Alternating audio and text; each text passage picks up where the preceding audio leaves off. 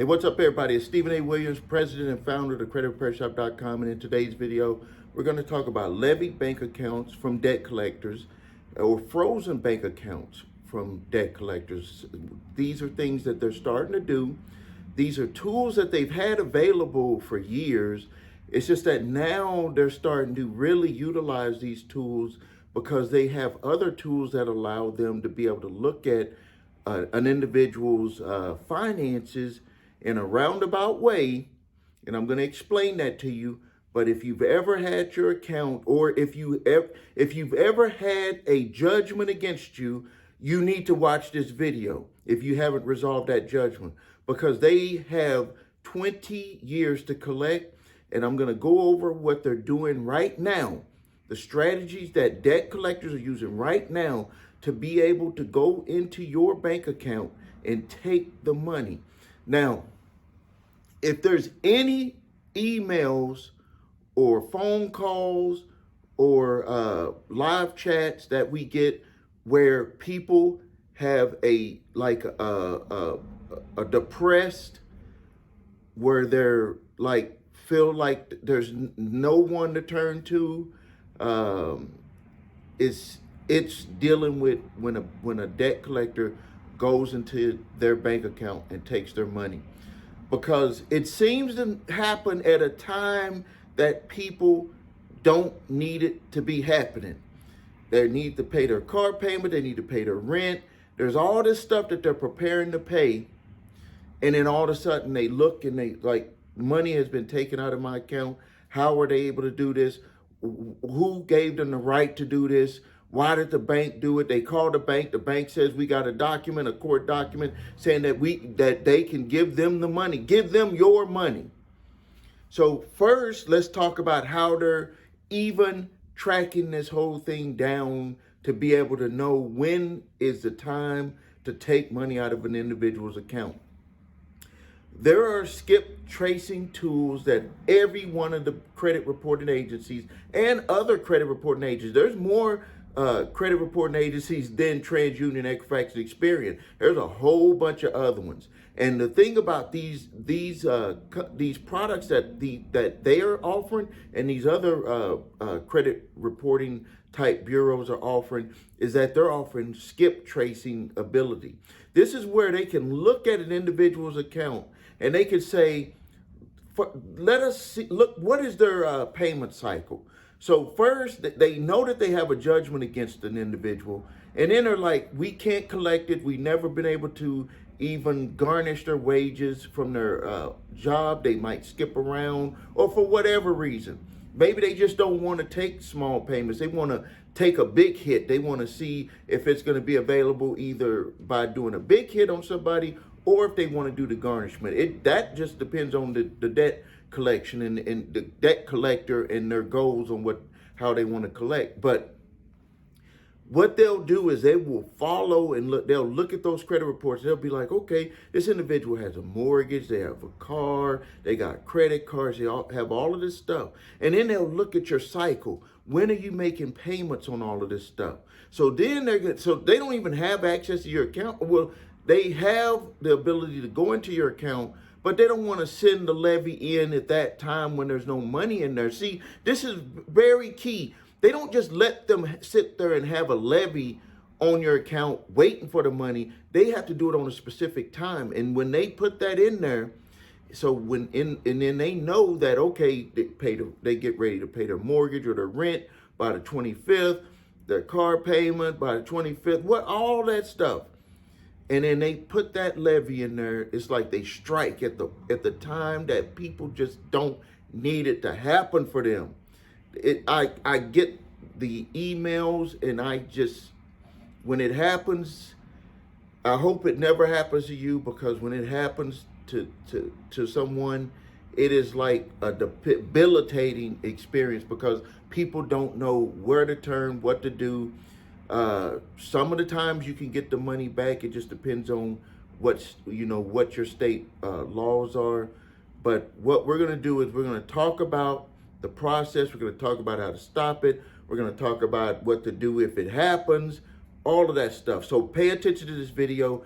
Even if it doesn't pertain to you right now, it may pertain to you in the future, or someone that you care about might need this information. And again, I want to let you know that they can collect on a judgment for up to 20 years. They have to do a 10-year renewal, and then they can go another 10 years, so 20 years. For student loans, it's forever, but I'm talking about a regular debt. So the first thing, let's talk about this, is that you're going to get a notice. You're going to get a notice. A lot of people will say, Steve, I never got a notice. I never got a notice about the debt, about them going to take money out of my account. You did get the notice, you just didn't understand it. The notice is right here. I'm going to change my color here. The notice is right here. If you have a judgment against you, you might as well say you have a 10-year and a 20-year if they renew notice. So you're under notice. You have a notice that is for 10 years, that they can either do it this way or they can do a wage garnishment from your paycheck. So you are under notice. So pay attention. People will say, I did not know that they were going to be able to take my money. If you have a judgment right now, your homework, if you have a judgment right now, what you need to do is you need to look at all of the different options that debt collectors potentially have to collect on that judgment. And then that will put you on notice of what can be done. That will put you on notice. The next thing is, if you've had a garnishment notice, some people, for some reason, don't pay full attention to this garnishment notice, because the garnishment notice could go two ways. It could be a wage, or it could be a levy on your account. It could be one of two ways. You got to read it. Some of the times when people get those, they're like, well, it's going to be a wage garnishment and there's nothing I can do. They're going to do what they're going to do. A lot of people will say that. They're going to just do what you got to do. I'm going to probably leave this job and go to another job or do whatever.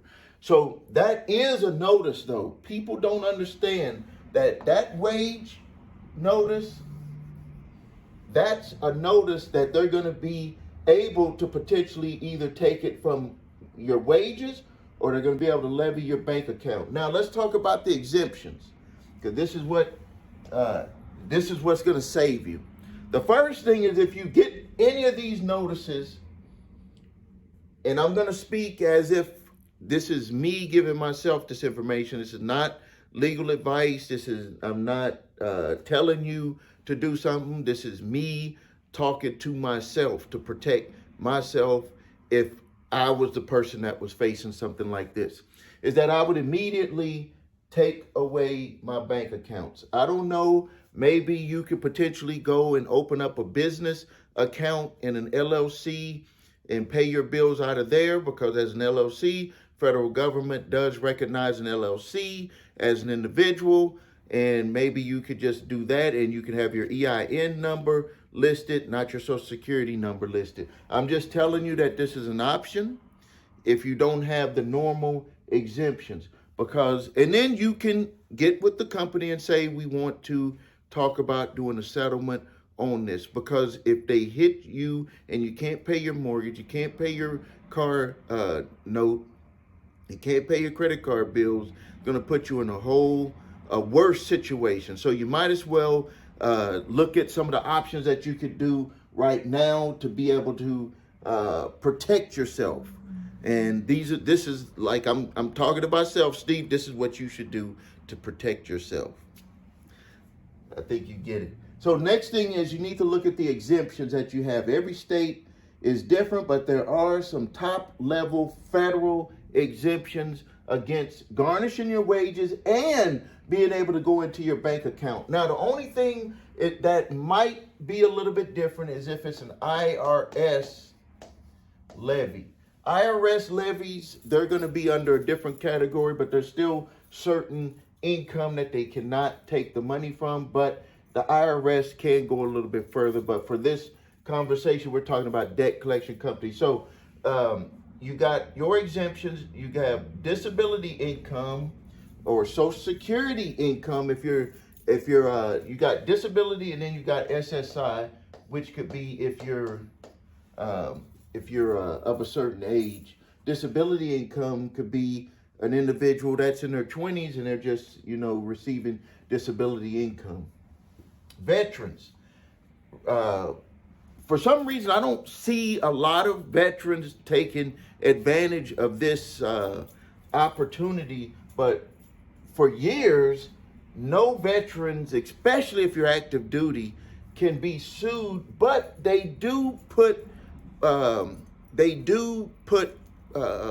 pressure on you by threatening to contact your superior officers or your first sergeant. Believe me, I was in the military in 1988, and I know how these companies do it. And as a military active duty military soldier, you are not allowed to have these types of at least when I was in there, you cannot have judgments and stuff against you.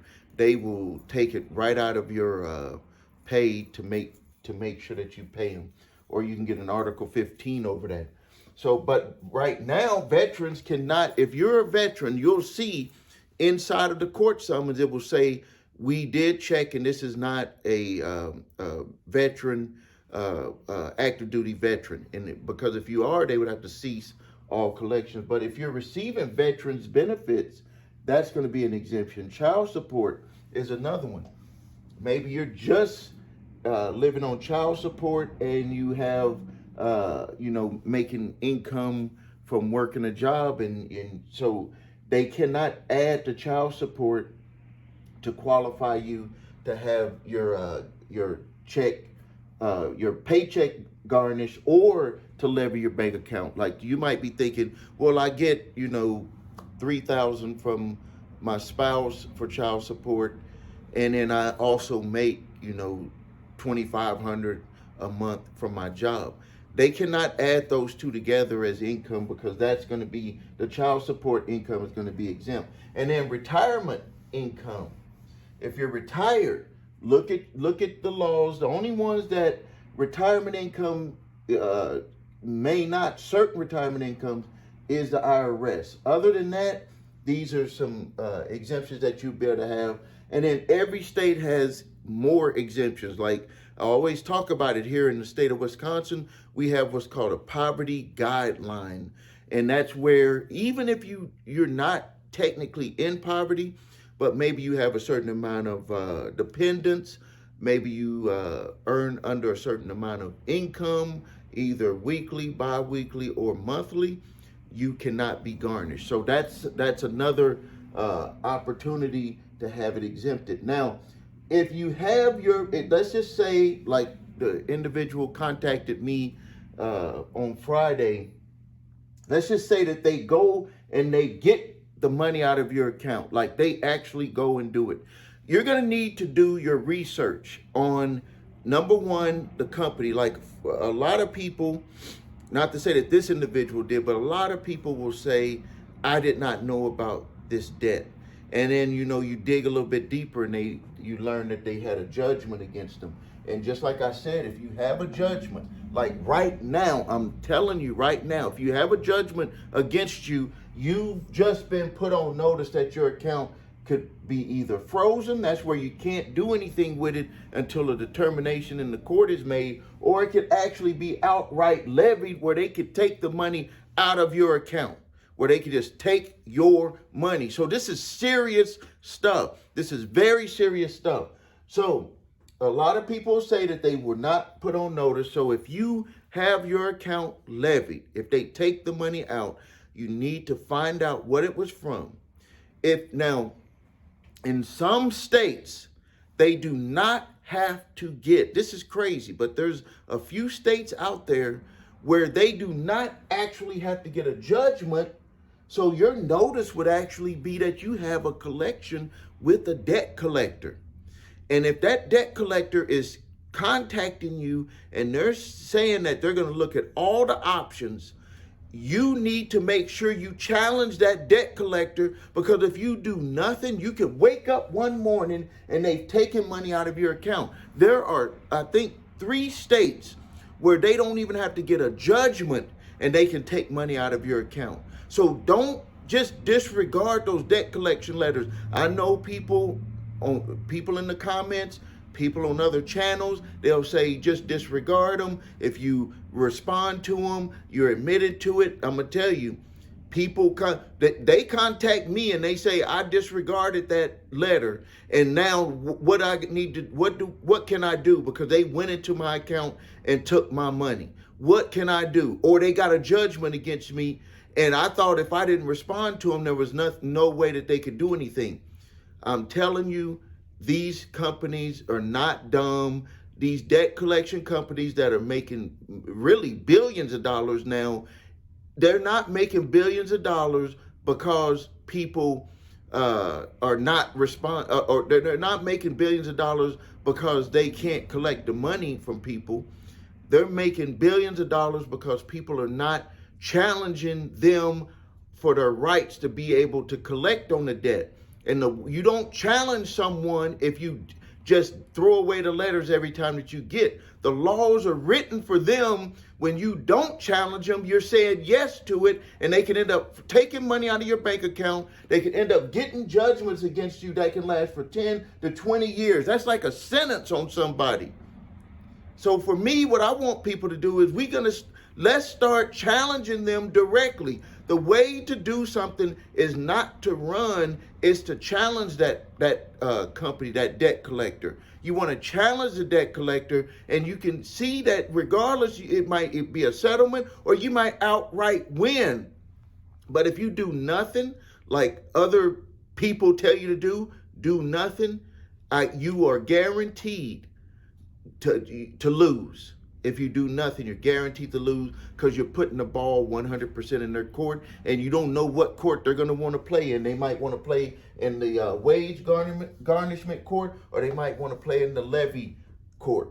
So understand the laws in your state, because if they don't have to get a judgment and they could just use that debt letter or that demand letter to garnish so they can do this to garnish the wages in those states too. They could levy bank accounts or garnish wages without even getting a court order on the debt. They just had that right. I don't know how that works in those states, why they wrote it that way, but they could do it.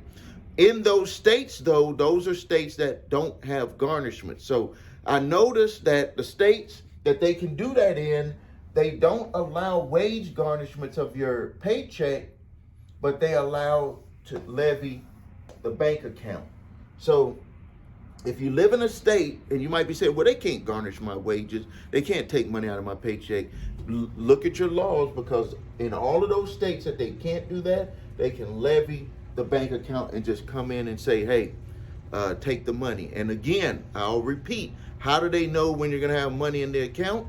They're skip tracing your activity from TransUnion, Equifax, Experian, and the other credit reporting agencies that have your information, and they will know that you get paid on a certain day. They will know that you deposit your money and pay your bills on a certain date, so they know when to strike. They strike at the wrong time all the time. There's never been a time where someone has contacted me that they said, oh, they just took the money and things are good anyway, but they just took that and I can, go through the process. No, they strike when it hurts the most, when you're about to pay your bills, when you're about to pay all of the stuff that you need to pay on a monthly basis. That's when they strike, because that's when they can take the most amount of money. So please, let's take this serious. So now, solution number one. Underneath this video or above this video, I have my 3-pack of letters. Cease and desist collection activities letter, debt validation letter. Those 2 letters are used in conjunction. The cease and desist is going to make any demand of a debt collector, you use that letter to stop them, because there's certain things that they have to provide to you to even be able to come after you for the debt. Most people don't even know this. There's things in that letter that will show you. When you read it, you're going to be like, I didn't even think about it. I didn't even know that this was a law, that they have to do this. The debt validation letter is to go back and forth because some debt collectors they want to make money. Even though they bought it for pennies on the dollar, they want to make that 5,000% profit on your account. So they're going to fight for it. They think that you're just going to quit, which most people quit. Most people go back and forth 1 or 2 times and they like quit. Debt collector like, I'm in the business of doing this. I can wait a year to get your money. I can pull one of these stunts and get your money.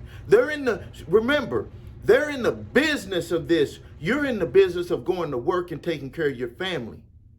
You do that all day, every day, 365. Guess what? Debt collectors do this 365. And they have employees that do it 365.